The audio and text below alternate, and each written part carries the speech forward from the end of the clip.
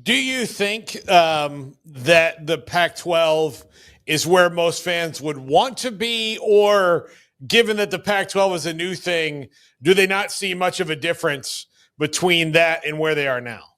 I'd say support to go to the Pac-12. If I were, it's really just a educated guess because you get in these kind of internet social media bubbles, and you hear from a lot of people who are hardcore UNLV fans. So I would say maybe 60-40 support to go to the Pac-12, but I think the 40 that aren't that keen on going to the Pac-12 understand the situation, and you kind of nailed it on the back end of your question.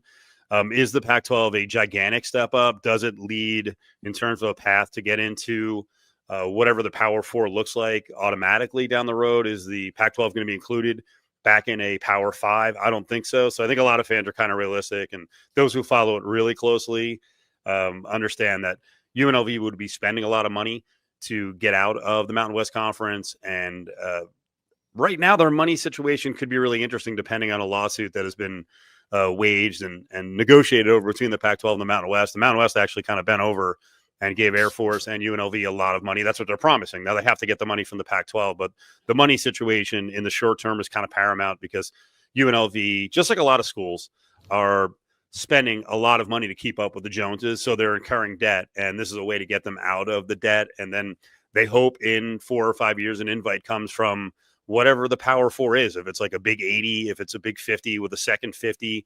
But I think a lot of the fans realize, and I think the university realizes that if they have the money in hand from the Mountain West Conference, they'll be fine, and they can kind of make their way in a lesser Mountain West Conference and potentially still get into the CFP if they're the best group of 5 or group of 16.